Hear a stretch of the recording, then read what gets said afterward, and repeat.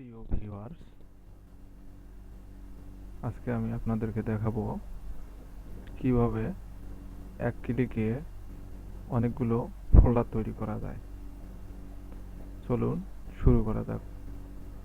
প্রথমে আমরা নোটপ্যাড ফাইলটি ওপেন করে নেব। সার্চ বক্সে গিয়ে এখানে সার্চ করব নোটপ্যাড। এখন সার্চ বারে এসেছে। সার্চ বার থেকে আমরা নোটপ্যাডটি ওপেন করে নেব।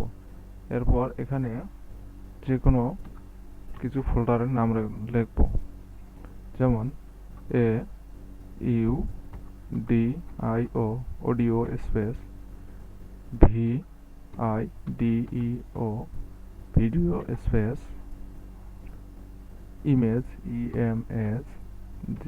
Image space tone. দেখুন আমি বিভিন্ন ফোল্ডারের নাম লিখে রাখছি। এখন এখান থেকে আমরা দেবো ফাইল থেকে সেভ অ্যাজ থেকে আমরা ডেস্কটপ ধরে দেব। ডেস্কটপ দেওয়ার পর এখানে নামের জায়গায় এখানে ফোল্ডারটা যে নামে রাখবেন সেই নাম দিবেন। যেমন আমি আমার নাম দিচ্ছি।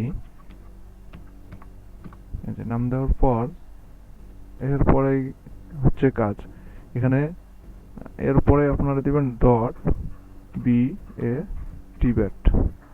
দেখুন কিভাবে দিয়েছি, ঠিক সেভাবে দিবেন, তাহলে আপনাদের কোনো ভুল হবে না।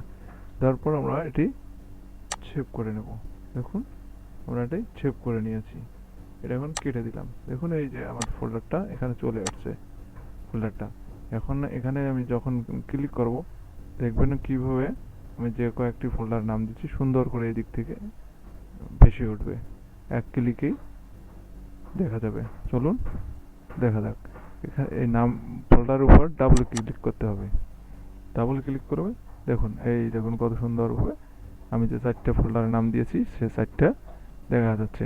এখানে যদি আপনারা আরও অনেক বেশি দিতেন তাহলে আরও অনেক বেশি ফোল্ডারের নাম ভেসে উঠতো।